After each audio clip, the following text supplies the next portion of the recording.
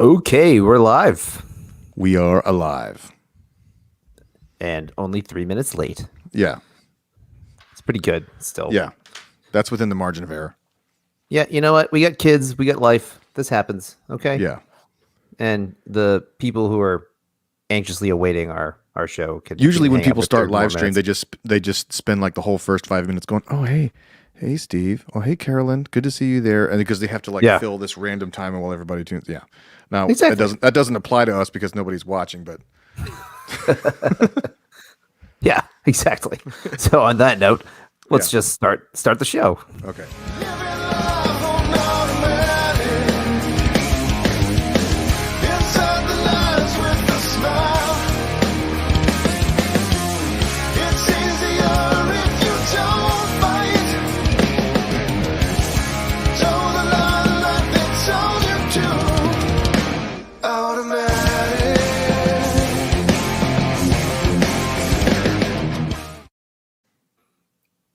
All right. There we So, go. hey man, this is episode 10 of This Should Be the Podcast. We've done 10 of these. That's pretty cool. We're in double digits. Momentous Yeah, that's occasion. pretty good. Yeah, 10 weeks. We've got pretty- roughly 10 hours worth of content for people to pour through and get us canceled the next time we try to Yes. do a business venture. Exactly. They're like, oh no, that guy's, I heard what he said that one time. There's, Alt-right figurehead Dave Durand. there's a dude in town I was talking to who's starting a libertarian chapter, like actual party in Carteret County. And for a brief second there, I was like, ooh, that'd be fun to get interested, like involved in. I was like, oh, you know what? Never mind. I don't want to go through any of that. Isn't the point of libertarianism to be non-organized? Is that like No, a hilarious sort of irony? But yeah.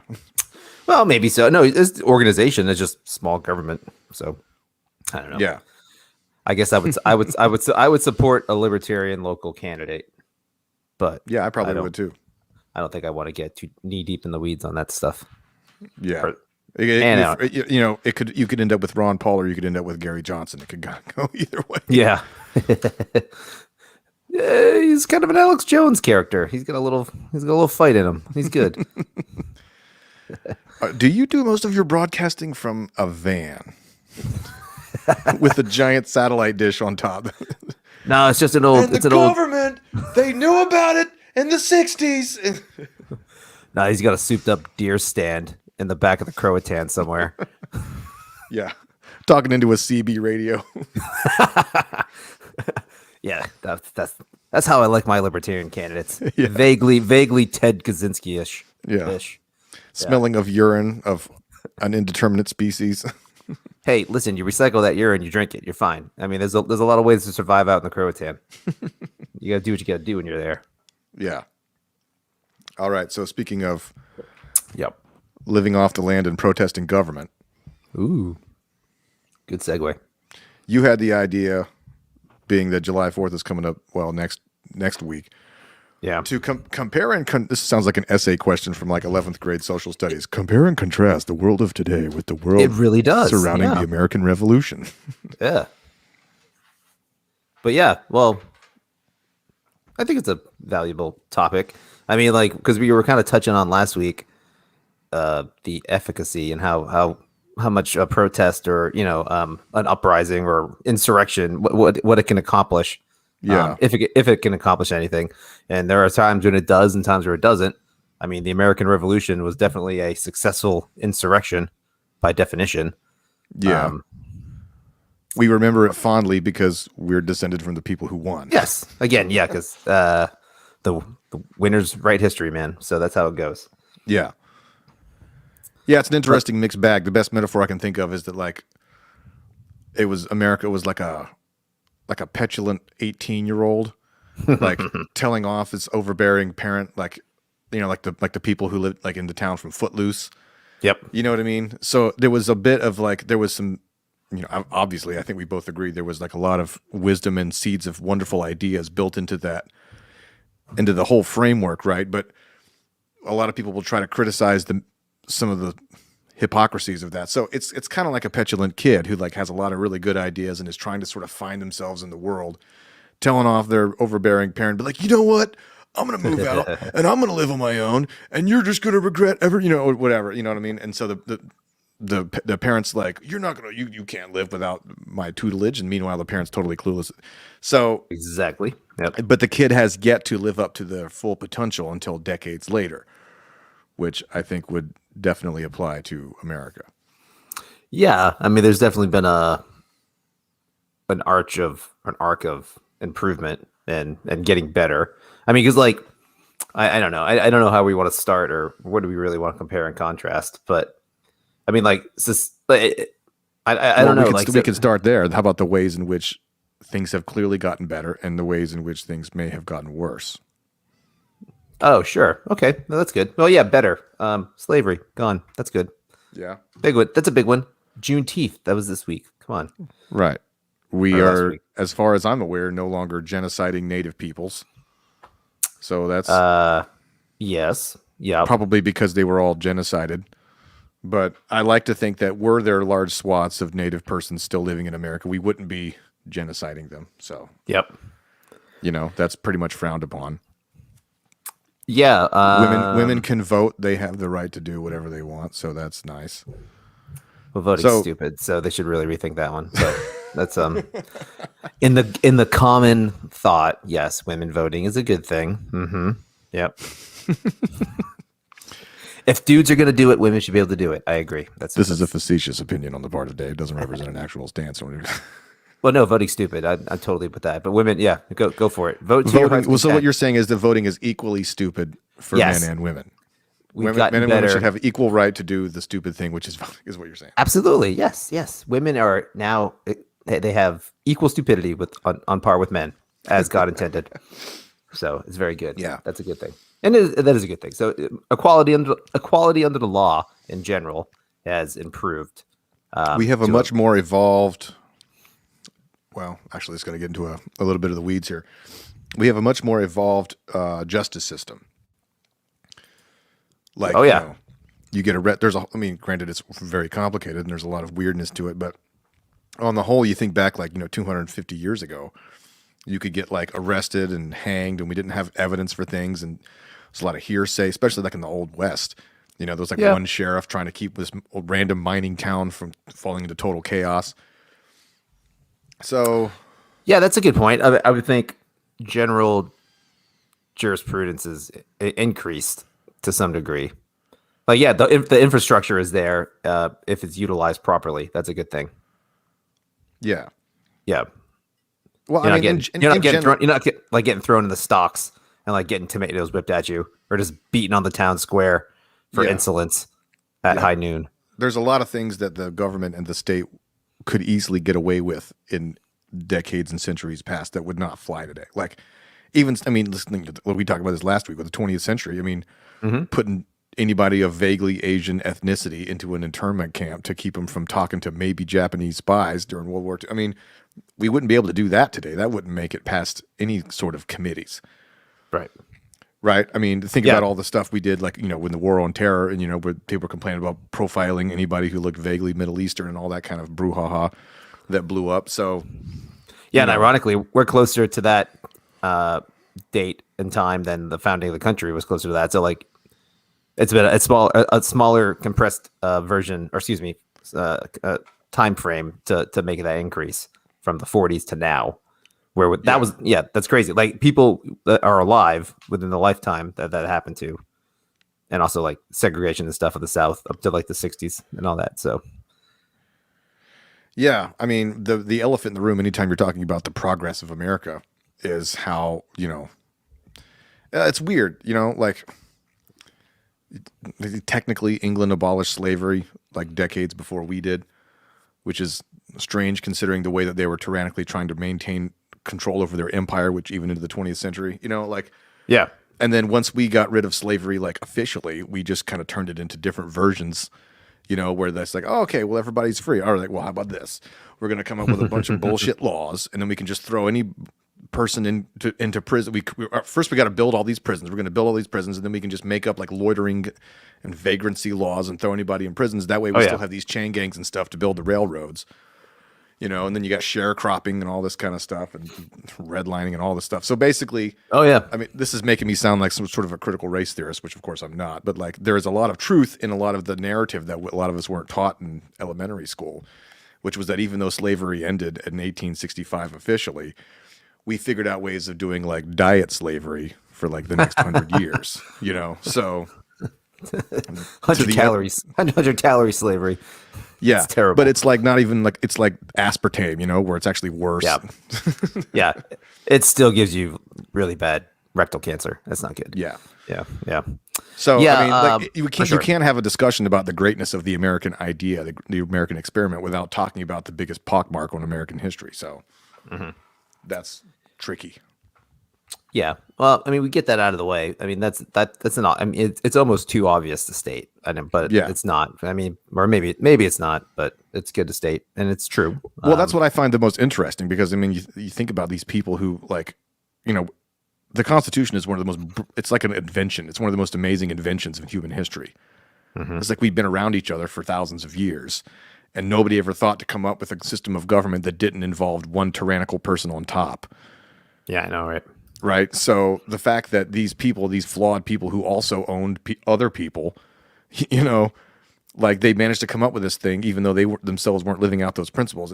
It's kind of a miracle. Yeah, there's a huge cognitive dissonance there, that the system was set up to kind of undermine. Yeah, the stuff they allowed. So it's just funny that like it. I'm with you on that, but just in general, I think there's probably more contrast on like the way things are worse now than the way things are better now. I know, because things have gotten better, but things have gotten better not necessarily because of American government or the constitutional amendments and improvements. Things have gotten better because of human intervention and human Yeah. innovation and capitalism and free markets and technology and all those amazing things, which, you know, have it's a great thing. It's been allowed because of our form of government to some degree, but that's not necessarily the driving factor, I don't think. Yeah. I don't know. I got more to say about how things suck more now than they did then, All in right, terms go. of or in terms of you know insurrection kind of framework, or a revolting kind of vibe. Like why did the colonies revolt? I mean, we have, I don't know, my I didn't go through my historical background here and like try to make a bulleted list. But I mean, it's a relatively small set of grievances compared to what the federal government gets away with now, or a centralized government gets away with now. Would you agree with that general sentiment anyway?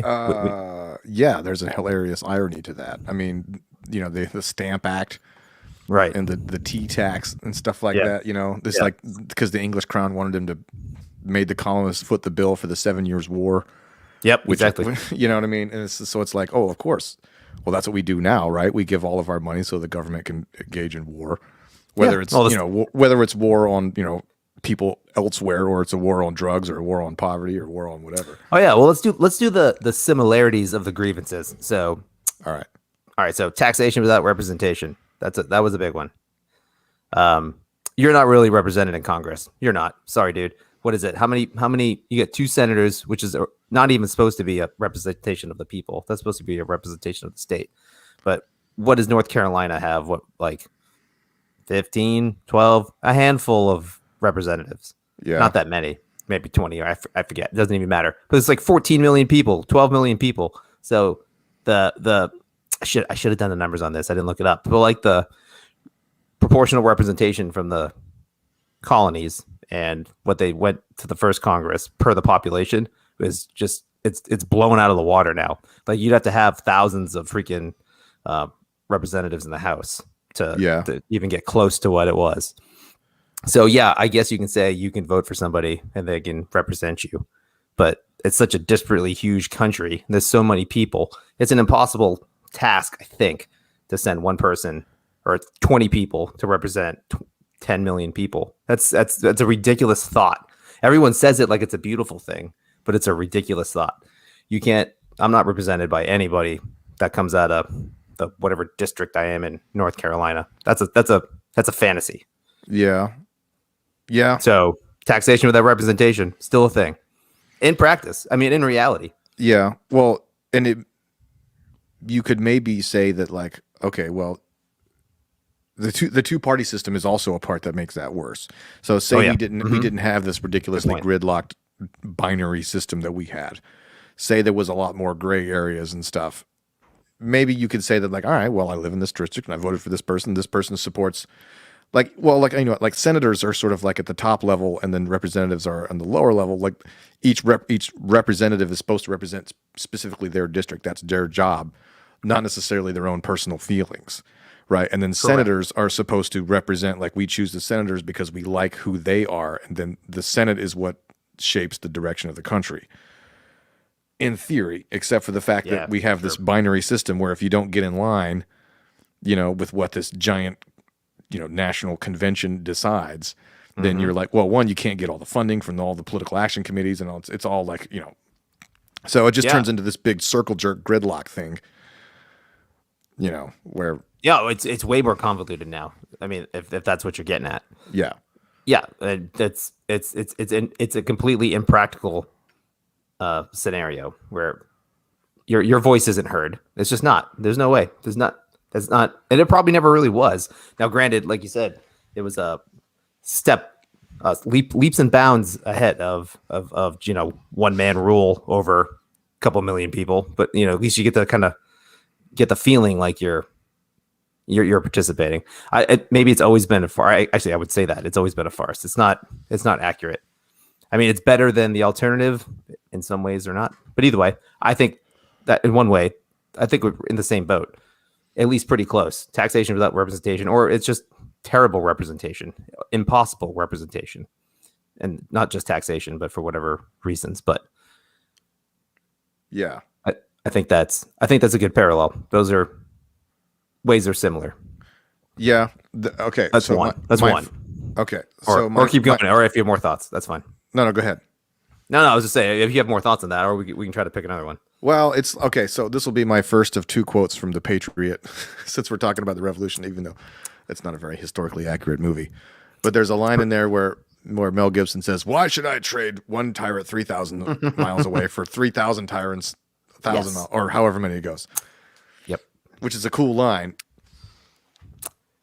It was. Yes. It's yeah. good. But so I mean, what you know, like, okay, I guess here's one main difference. Like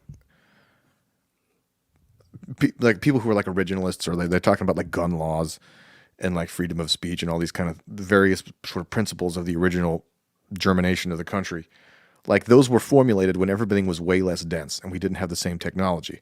So people who want to get rid of, you know, anything that shoots more than a certain number of rounds per minute, you know, they say, well, you know, back then they only had muskets and like flintlock pistols and stuff like that. So like they couldn't have possibly, you know, there's no way that the founding fathers would want us to have AR-15s in our homes.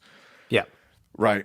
And so like you wonder what principles they would have had they been able to look into the future and see, like, all right, in 2021, there's going to be 340 million people in this country. And there's going to be areas where everybody's really smashed in there. Right. So would they have leaned toward like, oh, well, crap, with all those many people, we need a lot more structure. Okay, we're going to need rules for this. We're going to need rules for this. We're going to need a lot more management. Right. Because we can't just let people fend for themselves, because that's going to be chaos. You know, it's like, well, yeah, when it was back then, everybody was spread out. You had one farm over here, and then 3 miles away, you had another farm, right? So, like, everybody, you wonder, would they have stuck to the principles of liberty and all this kind of stuff had they seen what we have now? Yeah. Especially in terms of, like, our communication, right? So you got, like, your freedom of speech, and well, they didn't have the internet. So speech was basically just you yelling, right, to whoever you was could do a pamphlet. Yeah. Like if you had a lot of money. Like a lot of money. Yeah, like that one they did that was supposedly like the best-selling book in America for like 100 years, which was that little pamphlet they did about the grievances against the crown. Right. I forget the name, but anyway. Yeah. Yeah, it's an interesting thought. Yeah, like right, the freedom of speech, and right, they're like, oh, every Yahoo has a internet, a camera, and a microphone now, and they're just saying whatever they are literally yelling in the air, but someone can hear it. So yeah, and it's funny. So I don't know. Yeah, interesting question. Just like we hold these truths as sort of like bedrock principles, but we don't really know for sure whether the people who came up with these bedrock principles would even hold to them in the light of our current situation. Sure. It's possible. I mean, I think they're still pretty good principles, but they just have to evolve with the time, like everything else. But anyway, to a degree, yeah. Well, you mentioned earlier pay the taxation to pay for to be reimbursed for the wars, like the 7-year war. Yeah, we blow that out of the water nowadays. I mean, we put so much money into the military and pay for so many wars and give money to militaries across the planet. It's you're taxed for it. The currency's inflated for it. I mean, it's terrible. It's a huge racket, man. The military industrial complex is not just a scary sounding term, but it's a legit thing. Like money just goes and goes and goes and is flushed away. And we knew this was going to happen. I mean, the term that was coined by Eisenhower, which is, I mean, should make anybody laugh. It's like the guy was the hero of World War II, and he's the one who was like, we got to watch out for this military industrial complex. Yeah, you got to pull back now. Pull back. War's over.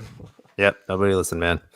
Yeah. When it's an industry, you get money's going to go to it, and they're going to find influence, and they're going to buy people off. They're going to make money, and you make bombs. They got to go somewhere, man. They don't just sit in a warehouse. So to say nothing of the Federal Reserve, right, which is the whole point of it, which was to make sure that the private banks can't fail.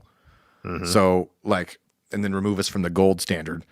So that's how you end up with like the '08 bailouts and all this kind of stuff, where we literally didn't let the natural market forces determine who was going to win or lose. Right.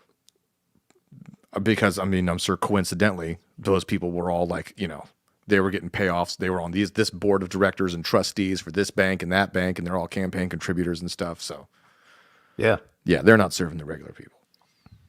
No, they're not. And then I mean, and that's all tied in with taxation and stuff. So I would say that's another huge similarity from now until then, or from then until now. Yeah. What else did we have? There was a few other things that were the bigger grievances. There was I don't know. What was it? The quartering of soldiers. Yeah, they didn't like this sort of standing British army. Right, but that's just a violation of that's like Fourth Amendment stuff. That's just a violation of your property and your privacy, and people, more or less. I mean that's the general gist of it. And if we're talking about privacy rights, the colonists had it way better. Yeah. Maybe again, a feature of its time, and maybe lack of technology, and space, and demographics. Had the English crown had the ability to read everybody's personal correspondences and emails and stuff, I'm sure they would have. They would have, yes, exactly. Yeah.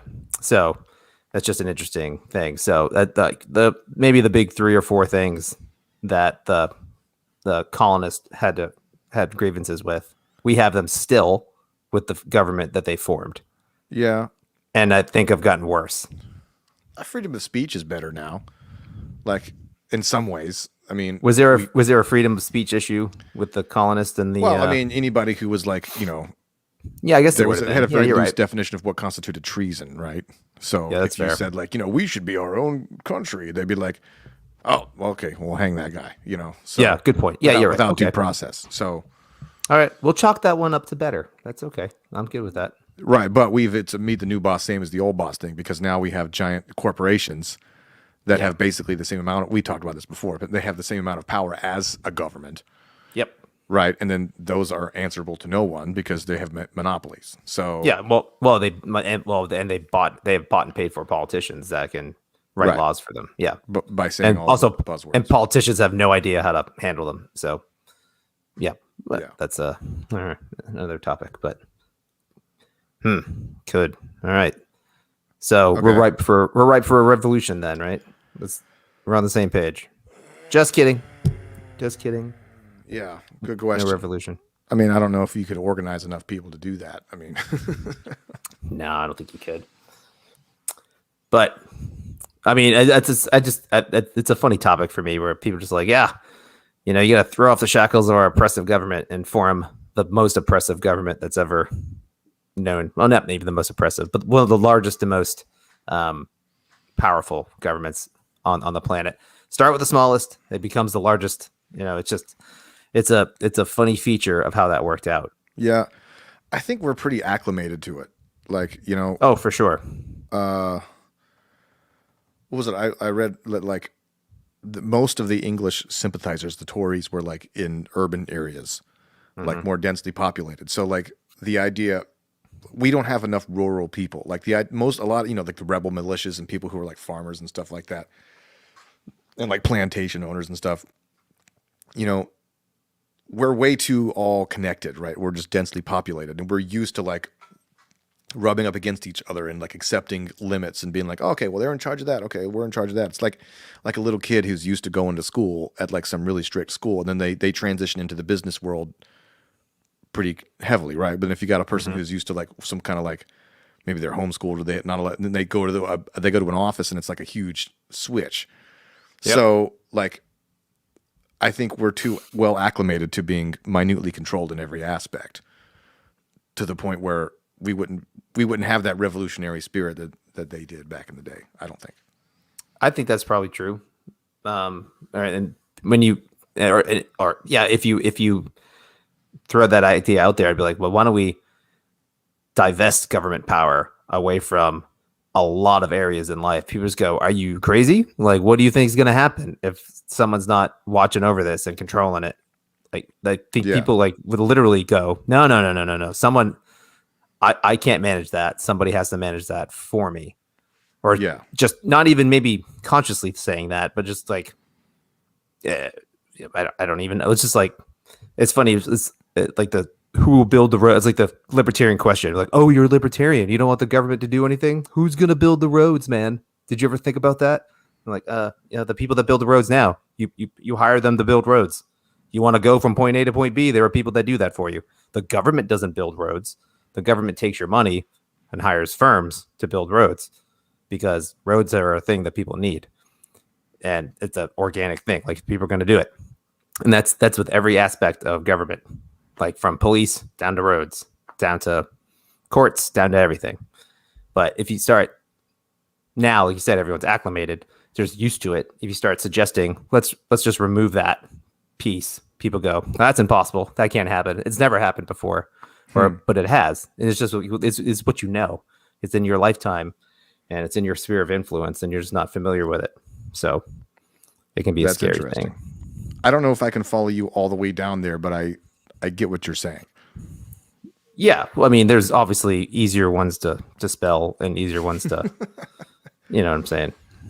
So here's something I think we can definitely agree on, like the role of like the executive branch of government, right? So like there's probably, if I had to pick one aspect that's the most different and that the founding fathers of this country would be the most shocked at, it would be the huge expansion of executive power. That's probably very true. To almost to the point of being the exact opposite of what they were trying to avoid. Right. Yeah. Yeah. So it's like king-like status. We have a king. I mean, we really do. Yeah. I mean, the whole point was like, we didn't want to have a king. And that's what part of the reason that made our revolution so revolutionary, was that we didn't have a king. And the president was supposed to be kind of like just sort of a doofus who was like keeping, presiding, which is what the word president means. And George Washington, he had to be convinced to do it. He didn't really want to do it. He was a military guy, but he was like, okay, fine. But then he was the one who set the precedent of stepping down after 2 terms, even though that didn't become a law until way later. Yep. So we obviously just totally ignored that whole principle, and then gradually just started giving the executive branch more and more power until we are where we are now. Yeah, right. Yeah, because like theoretically, the executive branch can't actually make law, but in practice, they totally can, because you just use the term executive order, and you can do really whatever you want, which is crazy. Yeah, but you're right. And then you come into office, and the first thing that you do is undo all the executive orders from the previous guy. I know, right? This was illegal. Everything is now illegal. That is legal again, or was illegal, now it's legal. It's all very stupid and crazy. But yeah, it's literally the dumbest thing, and like. Yeah, I can't. I'll get mad if I start talking about that. So right. So, like, okay. Well, my second Patriot quote is that one part where Heath Ledger is talking to the token black guy on their group who's like a freed slave that chooses to fight with them. He's like, they call this the new world, but it's not. It's the same as the old world. And it's like this dramatic point in the movie. But he makes a good point, right? Which is like, they call the new world was supposed to be full of promise, but of course we end up just coming here and doing all the same crap that we've been doing.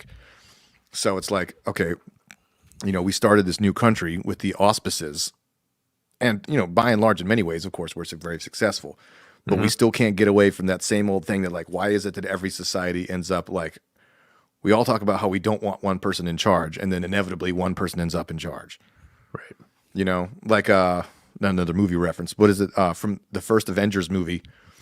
Loki comes down and he's talking to this crowd of people. Sorry. No, he says, Go for it. Your problem is that you crave leadership. You want to be ruled. You just don't realize it. And you're actually comforted by a ruler. And that's what I'm going to give to you. I'm going to give you that purpose. And then, of course, Captain America, it takes place in Germany. So Captain America gets up. He's like, last time somebody said that in this country, we had a disagreement. Then it turns into a fight scene. But I wonder if there's some sort of like thinking about the idea that like we all talk about like, oh, we love freedom and we love America and all this kind of stuff. And then we keep voting to give people more power over us. Is there some sort of collective subconscious thing that we have where we want to be ruled? We want to be told what to do so that we don't have to figure it out. Yes. There's a lot there. This is the type of stuff I think about when I'm mowing the grass. That's a whole nother topic right there. I mean, think about it. Like, yeah, no. People love. Most people don't want to be. Most people aren't super self-directed, where they want to take control take control of every aspect of their life and just own it and say, "I'm responsible for all the things that happen to me. I'm responsible for my actions. I'm responsible largely for what happens in my surroundings." So, like, you do want. Well, most people want that. They want someone to lead, for lack of better terms, to guide, to advise. They want that captain of the ship there.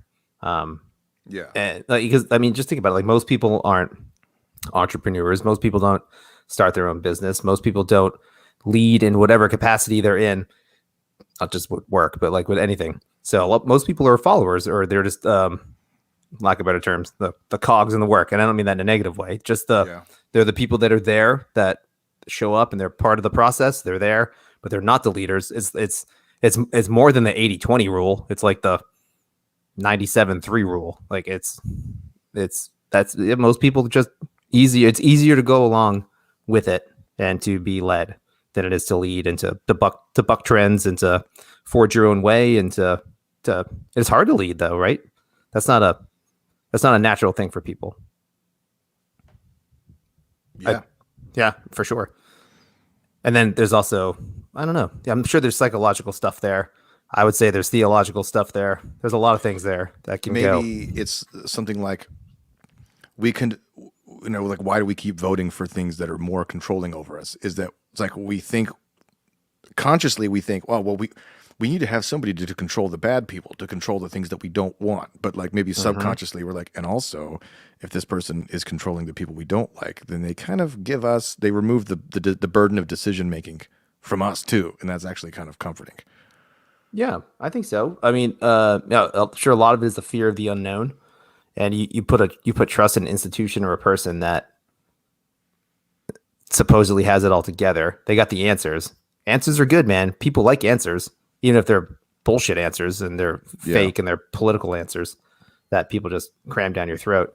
But yeah, I think you're right there too. So it probably, I think it's kind of what I was getting at earlier. It does absolve you from some responsibility when someone else makes a decision for you. If it goes bad, you'd be like, well, our leaders, geez, they really screwed that one up. Let's vote again. Let's do it again. Let's if we can find the right guy this time, it's going to be great. Yeah. Or girl. Yeah. Everybody believes that all this, every person on the street, they'll go like, absolute power corrupts. Absolutely. They all say that. Well, except for me, of course. If I was in charge, absolute power wouldn't corrupt me, right? Or this old white guy is going to handle things way better than that old white guy. Right. Mm-hmm. Yeah. Well, okay. So it's like a psychological principle that applies equally to people at the top and people at the bottom, right? So, like, how would our decision making processes be when we know there's no safety net versus when we know there is a safety net, right? That's the argument for like universal basic income. Like people can take risks and follow their dreams when they know that it's not going to make or break them, right? So a person who is at the lower end of the income ladder, you know, their choices are going to be influenced by the fact that if they know, okay, well, but you know, the government's here, I'll be fine, right? That hospital, they can't turn me away if I get hurt or whatever. But if they knew that there was, okay, no, there's no help, how would that impact that person's decision making? Conversely, people at the very top, banks and stuff like that, was like, yeah, we can loan out 95% of our reserves. It's not going to cause a problem, right? We can throw out all these subprime mortgages and do all this kind of stuff because the government will bail us out.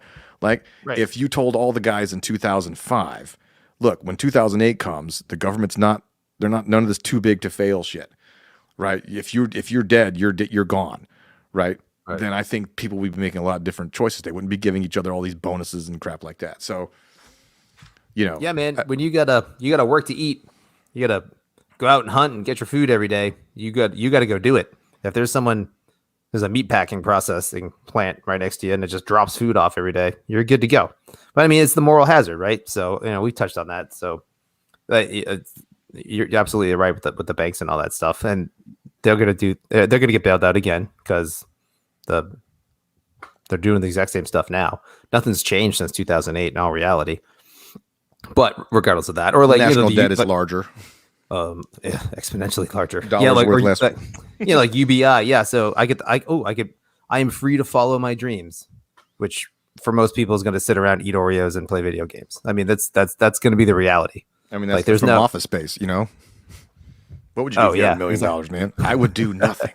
I would do nothing. You don't need $1 million to do that, man. My cousin's broke. You don't do shit. You don't do shit. I'm glad we went with that one as opposed to the other answer. It's not kid friendly. You can't say that on the air. No kids are watching this. No kids are watching this. Yeah. But yeah, I don't know.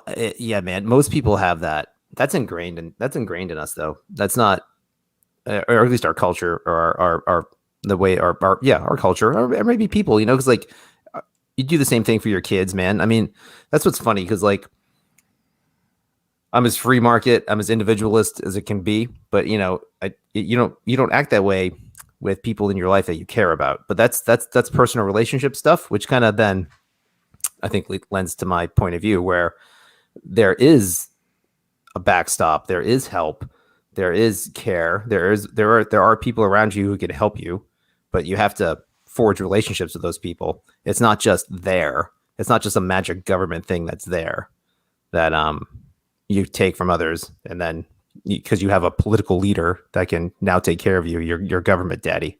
So like I take care of my kids with no question.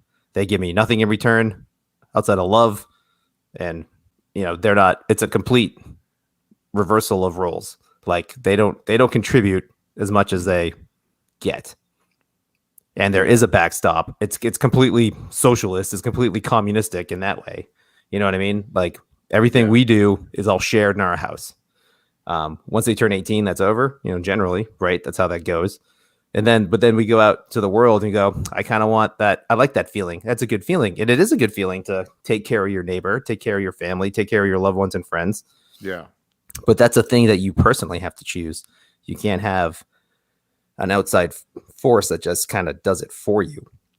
Excuse me. That doesn't make any sense. Or I mean, it makes sense. And that's what people want. I'm not sure if it's a great parallel or not, but it is a through line to what people are looking for. Like your kids, when you're a kid, you're led by your parents all day long. Like you have no choice. You don't know anything. You have to be led.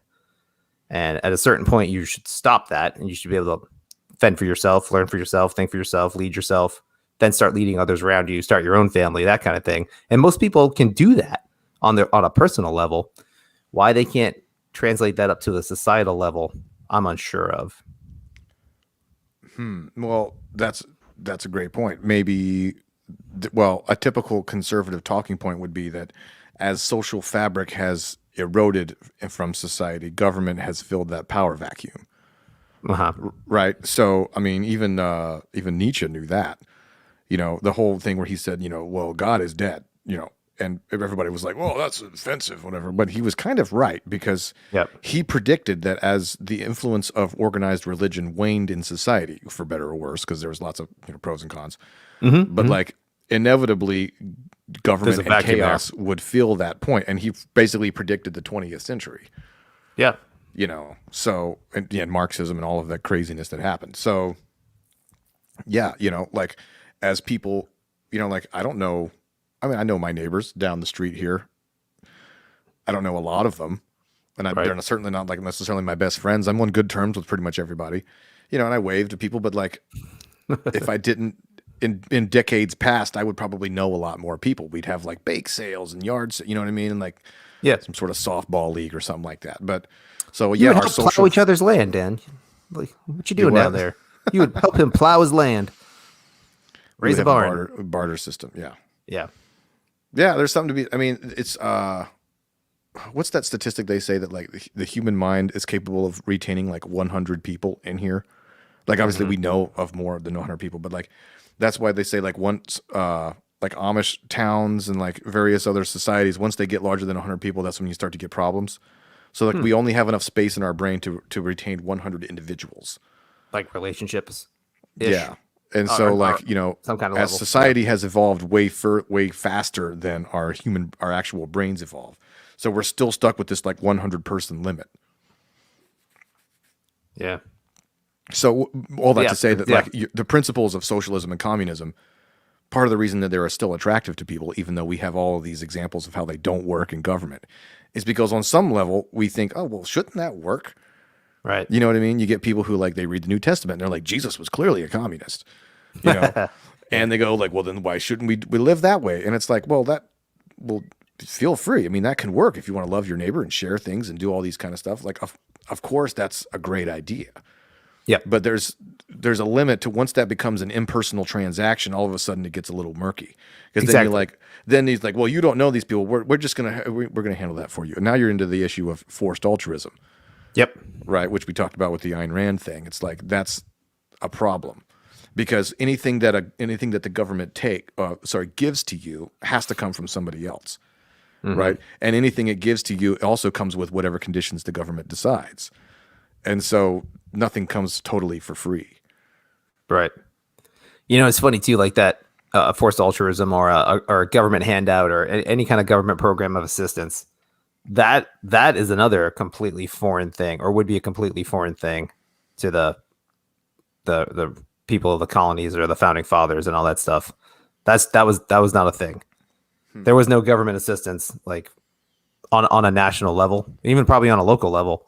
I mean, there was assistance. There was charity houses and stuff like that, but that's all private and personal. Yeah, like that's how that stuff was those were handled. highly religiously based too. Like They were the definitely first religiously orphanages. based. The first orphanage Yeah. was opened in like New Orleans or something by the Yeah, exactly. They were almost exclusively religiously based. I agree. Yeah, and it was funny as you're talking about the Nietzsche thing. That's why I said earlier there's a theological implication to wanting a leader to some degree, and it's probably I would argue it's a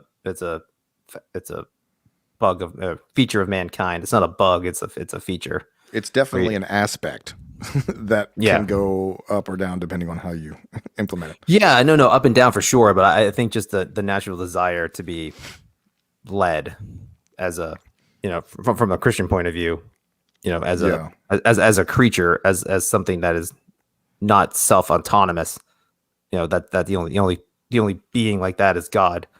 And then it all kind of flows from there. Interesting considering that most of the founding fathers were agnostic or deist at best. Oh, you shut your dirty atheistic mouth, Dan. They're all God-fearing Christian men. They went to church on Sundays, and they specifically came from the idea of all the the Enlightenment, which was like I know trying to use human reason and stuff. But they specifically built in that space for everyone because they saw that arguing over religion had basically just turned into a bunch of wars. They're like, well, how about this? How about we just not have wars about religion and build in a certain space here so that everybody can have their own version of it and they can argue amongst themselves. We've been doing that for a long time. Let's just chill out on the religion war and let's just destroy each other over other things. We'll just find. We'll find plenty of reasons. There's way easier ways to kill 100 million people at a time. Yeah, well, we'll continue to come up with new ones. So here's a question. You talked about like government assistance and all that kind of charity and stuff like that. Is this one of those things where like I'm not opposed to the idea of the government helping people necessarily. It's just that the implementation is always so sloppy. Right? And so it's similar to my opposition to like the death penalty. It's or different. You know, like some people say like, well, it's not that the death penalty is wrong. It's just that it's so expensive and it's so convoluted and there's errors in it. We put people to death for, you know, with bad evidence and stuff like that. And so when people talk about the death penalty, it's like, all right, okay, well, what if we could guarantee somehow magically with certainty that every person we put to death was that person, right? And it wasn't expensive and would it still be the right thing for the government to do? Right. And so you can have differing opinions on that. I'm kind of the opinion that like, you know what? I don't like the idea of the government being in the business of executing people, even if it was a foolproof system. But I'm not married to that opinion. It's just an example of like, okay, so what if we could guarantee that government assistance to people was always going to be efficient and it was always going to go to the right people and it was always going to be a good use of resources? Would we be more in favor of those kind of things, right? Or would we still object to them on moral grounds, not just logistical grounds? I would object to them on moral grounds because it's theft. I mean, you can't take from one person and then give it to another for a noble reason. You can't like I can't mug you, take your wallet, and then go buy a dinner for a homeless person and go, "Well, look how good I am. I just helped that guy." Like, no, I didn't. I harmed one person and I helped another person. What if you made it mandatory to put it on a ballot every 2 or 4 years? Hey, do we want to keep doing this thing? Here's this tax money that goes into a lockbox that only goes to help people. If you gave citizens the option to consent to their funds being allocated, because I wouldn't know say I had $1 million and I wanted to give it to a charity, like I would probably give it to other people that I know who work with charities because I don't really know exactly how to do that. Right. So what if the government gave people the option to consent to their funds being used to help people? Those are all improvements for sure. And then if you made taxation voluntary, it wouldn't be taxation anymore. And I'd be fine with it. Like if it was, I will give money to the government out of my own free will to do that. You would have to have confidence that it was going there. Like it's like when you give money to UNICEF. You know what I mean? You're like, I have no guarantee that this money is getting to anybody to get anybody clean water or anything. Well, yeah, in all reality, man. Like, so we'll give money to AR Church, or we'll give money. They do benevolent stuff, and I trust them to do that. I give money. We do stuff for like, give money and feed a kid for 100 days. I'm assuming they're giving that kid food. I can't verify that. Local charities are always the easiest because you can tell that they're right there in your city. Yeah, and like another one is like a local like addiction recovery house that we give money to, and I know people personally that have gone through that. So like that actual program. So, but then that's all. Again, that makes it efficient. That's good. Efficiency is good. Efficiency is important. That's not the moral question. So for me, it's always going to be a moral question. So it's always theft and it's always wrong. So I'm never going to get over that. But your points, those are good ideas to make it better. More efficient would be better. I agree with you. I wouldn't balk at that at all. If you can make it if you could snap your fingers and make it efficient, and people actually benefited from it, and it could somehow be not a moral hazard to be a reliant thing and cause the opposite behavior you're looking to help. I'd be all down with that. Yeah. Also, would still be opposed to it if you put a gun to my head and you make me do it. Yeah, those are all good points. I mean, yeah, right. So that's one of the things with universal basic. Like I like Andrew Yang as a person. He seems like a nice enough guy who's principled, who isn't purely after just a big power grab, which is of course why he could never win because he's not narcissistic enough. Yeah. But it's not that I disagree. I mean, and his math kind of checks out. His whole argument was that like, oh, look, if you give people a certain amount of money, we're actually going to save money by incarcerating fewer people and all this kind of. He has this whole like thing. I'm like, oh, that's really interesting ideas. I don't disagree with that part. It's just the psychology of it. I fundamentally think that that's not going to work on human beings because people need to work for what they have, at least in some case, right? Like I have a lot of things in my life that I haven't completely earned. There are people who came from way lower who have achieved way more. So like, I'm not going to toot my horn, but like, I take ownership of the things that I have that I worked for. And so Right. that's part of the human existence. Yeah, for sure. And then, but also it's the privilege of the people before you. I don't mean privilege in the negative way. Like they earned something, they had it. Yeah. If they gave it to you, that was their choice, and that's what they wanted to do because either they loved you or they thought you needed it, and or it's just a family thing, and that's perfectly moral and within their rights to do it. Like you said, you may not have earned it, but now you steward it and you use it well because you know those people and that you know they gave it to you. Now some people will just you get a bunch of money from your parents after they pass away. I guess you could go piss it away on drugs and booze and video games and stuff, but some people use it for productive means or they save it for their kids and they that's all choice and that's all good. And that happens now just like it did in 1750. So yeah, that's not a change, right? Exactly. So that could still happen. Yeah, but the interesting stuff with the UBI or whatever, if that, I would say, again, still not opposed. I am still opposed to it, but if it was a replacement for all social safety net stuff, they say no more social safety nets. Everyone gets $2,500 a month. I would take that deal in a heartbeat. On a pragmatic level, and still be opposed to it. By the way, just on moral reasons.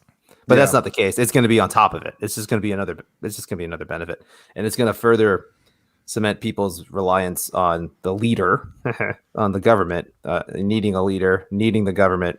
They're going to be once you get that $1,500 check every month or whatever it is per person. Yeah, that's you're going to adjust your lifestyle to build that into your. Yes, no, that's why there are people who make millions of dollars and they're strapped for cash every month because they adjust their lifestyle up to their income, and they're not smart with their finances and they're not smart with their resources. They're not smart with work. It is what it is. And that's not going away anytime soon. That's always been with us. That's a human nature thing. I mean, when was the last time a politician got elected by saying, "I'm going to give you less things"? Oh, absolutely. Yeah. Like that never happens, right? I mean, left or right, they're both promising, "Hey, I'm going to give you stuff." Yeah. So like, I guess in the case of the revolution, we said, okay, well, we said, all right, we're going to take the small government because the only version of big government that we've seen was the tyrannical British Crown. So it's like, okay, so we got rid of that. And then we started with this small thing. And then we gradually started adding more stuff in there because how do you get elected? You promise people stuff, or say, oh, like, well, I'm running for something in Georgia or South Carolina in 1830. It's like, well, I'm going to let you keep your slaves. So you're going to make more money. Mm-hmm. And they go, oh, well, I'm voting for that guy. Right. And so like, yeah, I mean, and then I don't know how you walk back all this stuff without, it would have to get to the point where the U.S. government became so tyrannical that people decided to throw off that. But how do you do that in today's moderns? I don't know. That's impossible. Yeah. No, I mean, I would argue the U.S. government's already more tyrannical than anything the founders could have ever envisioned. We didn't really get into as much of that as I would have liked to say. But tell me more. Tell me more. Well, I mean, it's just completely invasive. So they spy on. They know everything you do, know everything you type, everything you look at, every phone call you make. It's recorded, it's transacted or transcribed. You have no privacy. It's gone, zero. That's completely immoral. That's completely terrible. They destroy your wealth by taxation. They destroy your wealth by money manipulation with the Federal Reserve. They have no right to do that. There's no moral right to do that. And they definitely have the legal ability to seize whatever you have that they want. Oh yeah. If you end up between them and something that they also want. Yeah, absolutely. Yeah. You were talking a little earlier about legal stuff. Like the judicial system is better. And in a lot of ways it is, but in a lot of ways it's not, man. Like you got President Obama drone striking Americans in the Middle East just because the government said they're terrorists. Literal American citizens just blown out of the air with no trial. President? There was that one. Was it a C-130? I think I was listening to a thing about the history of the C-130, and they're saying like the worst POC on it was they thought it was an ISIS building, and so the guys on the ship were like, blew the whole thing up, thought the mission was a success, and they get back and they're like, actually, that was a Doctors Without Borders hospital. I remember that. Yeah, I don't remember who that was. It wasn't really their fault. They got bad intel. No. Right. Sure. But like nobody was fired from the government. Yeah, there's no accountability for that. But like, or just I mean, just look this past year, man. Like I mean, I know it wasn't federal government lockdowns, but the states across the United States just completely violated everybody's. Yeah, your First Amendment rights gone over the summer. You couldn't meet, you couldn't worship, you couldn't say things that you weren't allowed to say. Just locked in your home. Like, what the hell is that? Could you can you say that the United States is a free society when you're just like, nope, it's illegal to go outside. You have to be in your house. We will come at you now. But that's crazy. You can't. It's again, those are just some really big topics, which you can go into a million examples, and there's more than that too. But those are just the big 4 or 5 off the top of my head that I can rattle off at any given point. Yeah, no, they're not right. Positive. And it's funny though, because the United States, you're still relatively free, and that's a good thing, and I'm grateful for that. But the federal government of the United States is terrible, tyrannical, oppressive, imperialistic, violent, manipulative. Yeah. I'm just using the word evil, and I mean that. Like in most of its scope, what it does is bad. It's not a net positive. Maybe that would be the only way. If we were trying to figure out a long-term way out of this quagmire, is that we need to decrease the connections, but go back to the idea of independent states, right? Mm-hmm. And therefore people can vote with their feet. It's even easier now than it ever was, right? You don't have to hop on a wagon train and go to Oregon. You can just get in a car. And now granted. And luckily you can still do that now. And that does happen now. Well, I mean, moving is hard, no question. So if you're a low-income person stuck in the projects, somewhere, or it's like it's not. You can't just pick up and I'm just going to move to that state that has a differing opinion about government than the one I have. Like, obviously, that's not easy, but I mean, agreed. It's happening a lot. I mean, corporations move, jobs. I mean, people back in decades past would just move somewhere if there was work somewhere. Everybody went out to California to find gold. So it's like. Hey man, California is losing representatives this next term or next cycle because people are they're losing people left and right. Yeah, corporations are leaving there. They're going to Florida, Texas. Yeah. No, I mean I don't know how to walk it back. I don't know how to convince people otherwise. It's not. Well, not.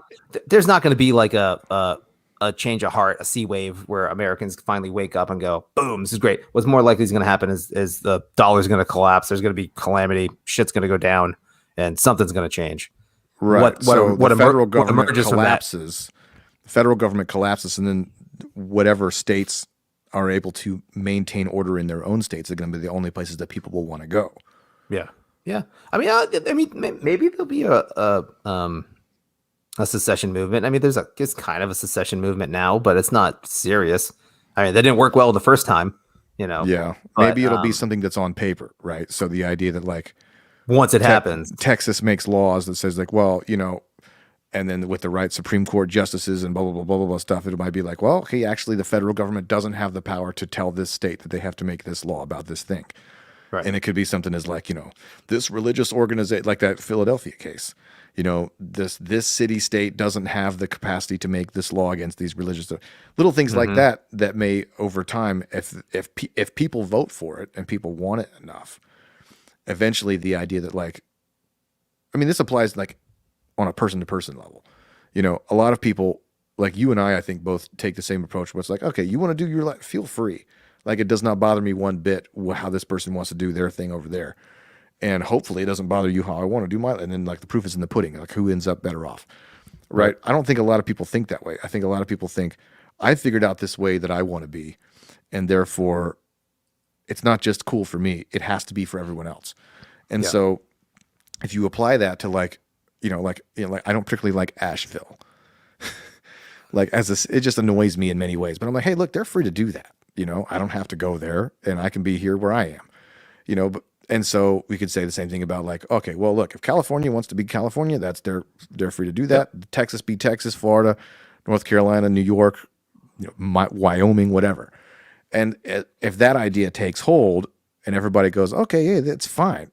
People want to do that thing. And then eventually, like say Georgia wants to ban abortion and California wants to not do it. Well, let's see how it works. Right. Then I think if we were to allow those experiments to play out, we would find out which things work better. Like, oh, lo and behold, the city that banned all the guns has the most gun deaths, and then the city that allows concealed carry has way fewer gun homicides. You know, those kind of things happen. So, you know, maybe it's like we have to discover this on our own.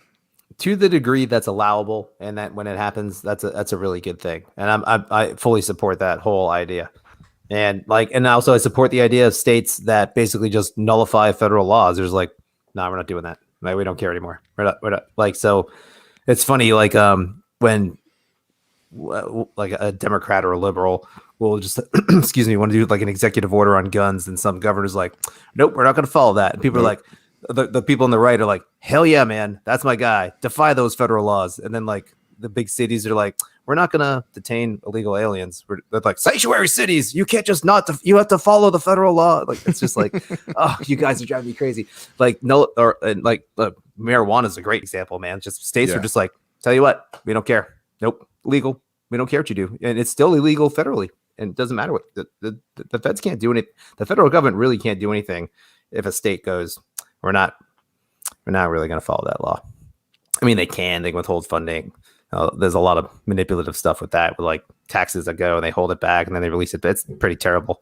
But like state nullification of federal laws are good. Like states doing their, at least said little experiments in democracy. It's all good stuff. Right. So maybe that might be a good point for us to wrap it up on, is that if we're talking about the promise of America and what the best case scenario is, we can hope that the next revolution happens in courtrooms and on paper and in legal briefs rather than with guns. Yes, that would, for sure. Like, if I joke about the federal government collapsing and stuff like that, I'm not looking for armed revolution. That's awful.